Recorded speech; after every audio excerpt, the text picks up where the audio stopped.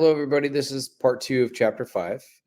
Uh, the NFPA 1971 compliance. So this is the label. This label will be affixed to your turnout gear or we call it brush gear. Sometimes you're going to hear bunker gear or turnout gear for structure firefighting and brush gear for wildland firefighting. So this Globe Industries made this particular turnout and the NFPA tag. And the reason I know this is turnouts versus um, versus wildland is because you can see structural firefighting protective garment. Okay, so NFPA 1971 is the compliance standard.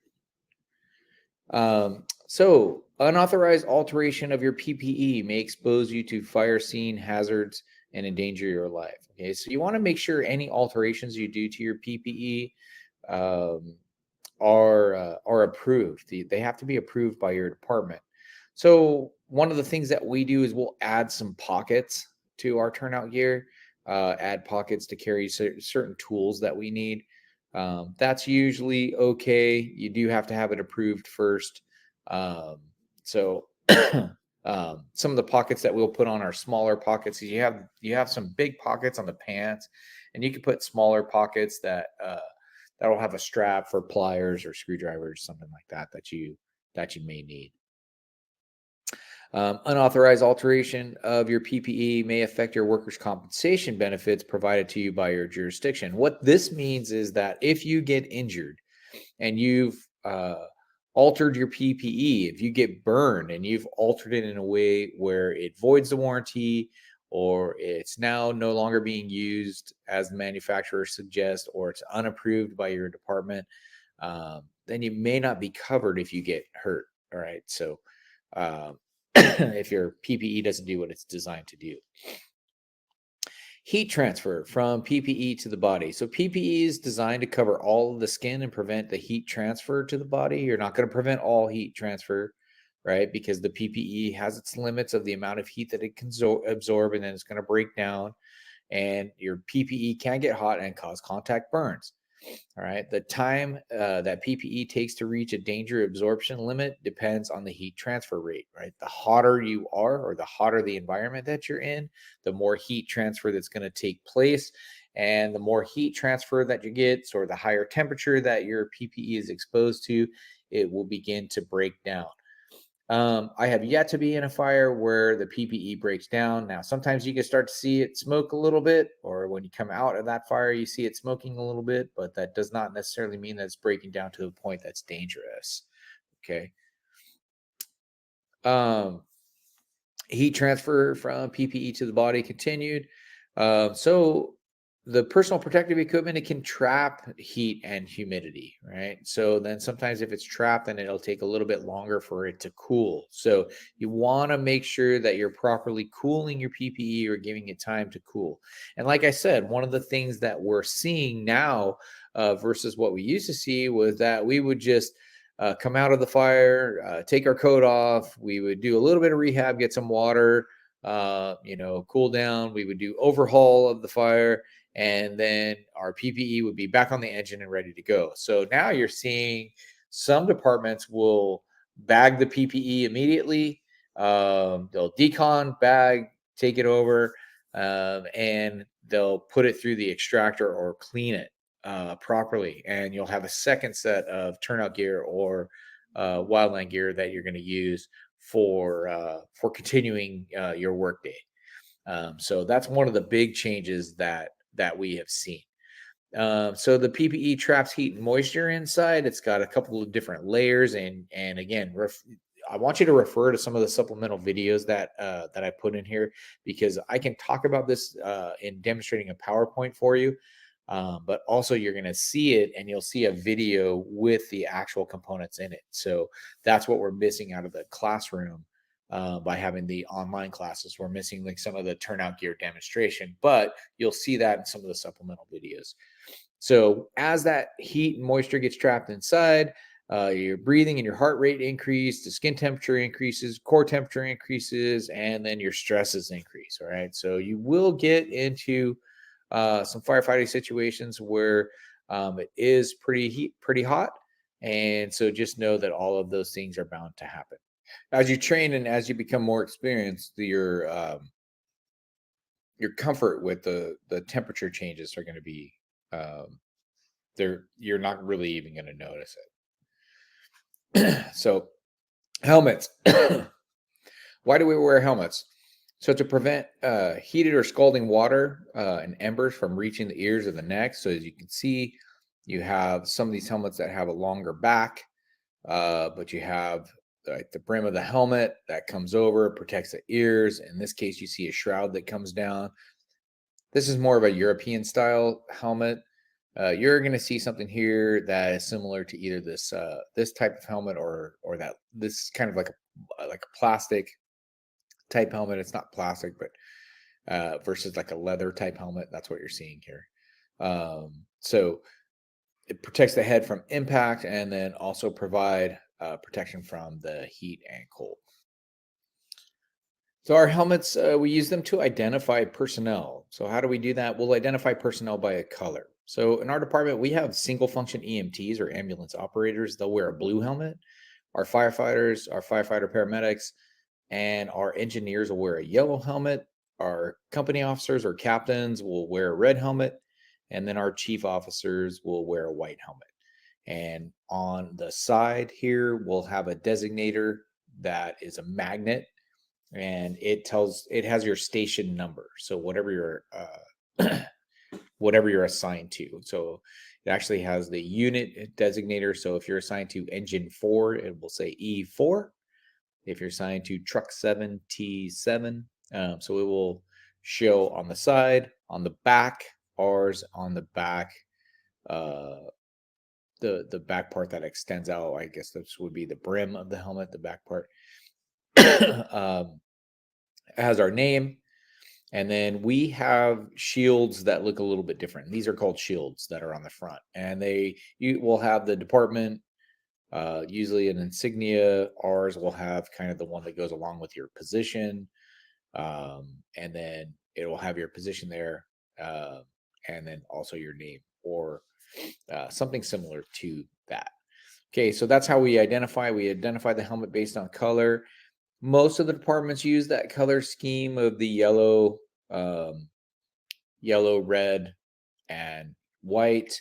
You will have black leather helmets, and they will use another color scheme within the black leather in order to identify personnel. So that's kind of how that works. So you'll want to pay attention to that wherever you go to work, what type of helmets they have.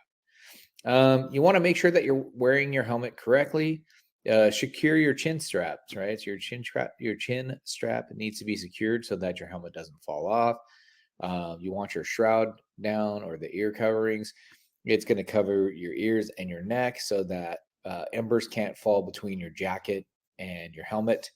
And then you want to adjust it to fit. They'll have a ratcheting strap in the back, and you'll ratchet that up to fit. So when you put your helmet on with just your head in it, just like that, it's going to have a tighter fit than when you put your flash hood on and your mask on. So when you're trying to fit your helmet, you're going to have to loosen it up and then tighten it back up. So it's different fits once you put that flash hood on. So it's not going to fit the same. So you'll have to make some adjustments.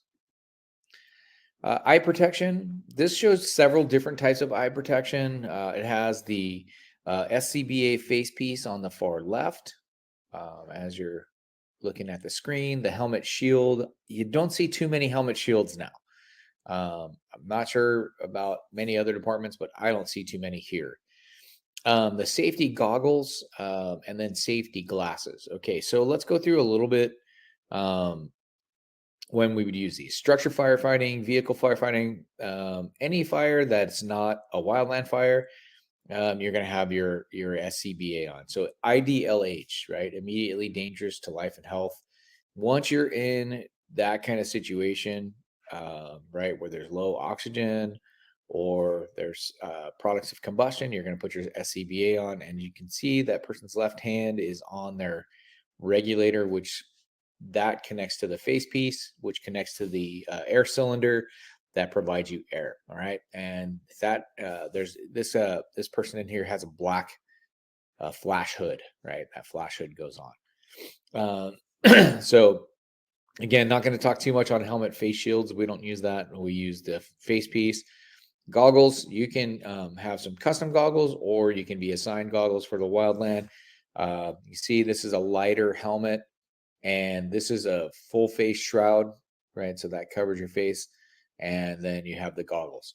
So these safety glasses, we use those for auto extrication, and then some other type of training. But that's what those safety glasses would be used for. So in here, the notes just say face shields alone do not provide adequate protection. That's correct. Probably why you don't see too many people using face shields now. NFPA 1500 does require the appropriate primary eye protection, and the goggles and the SCBA provide that. And some situations require eye protection, but not respiratory. So that's where the goggles come into play, because you don't have respiratory when you're in the wildland environment.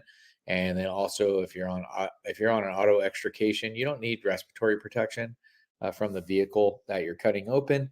You just want to go with the safety glasses. So again, in all of these things, you want to make sure that you're following your department's policies and procedures. So your department's policy might be face shield. Face shield has to be down when you're cutting a car. It could be face shield down with safety glasses inside of that face shield when you're cutting open a vehicle. So, want to make Orange County a better place to live, work, and raise a family? With Derek Tran, we can. Derek will bring down costs, lower taxes for working families, and fully fund our first responders. Let's send Derek Tran to Congress. When the sawdust settles and the engine finally roars. Metal frames on prescription glasses can transfer heat to the skin even when they are covered by safety glasses. So just keep that in mind if you are going to choose to wear glasses. So just keep that in mind. Protective hoods. You see the flash hood that this firefighter is wearing here. That's the flash hood that comes. That flash hood, put your coat on, get your coat tidied up, pull that flash hood down, put your face mask on, and then pull that flash hood back up. It's fire resistant. It protects your ears, your neck, and your face from exposure to heat, debris, and ember. It covers areas that your SCBA mask won't cover. So your face mask is only going to cover like part of your chin and kind of part of your jawline going up and part of your forehead. All right. It's not going to cover all the way back. It's not going to protect your ears, not going to protect your neck.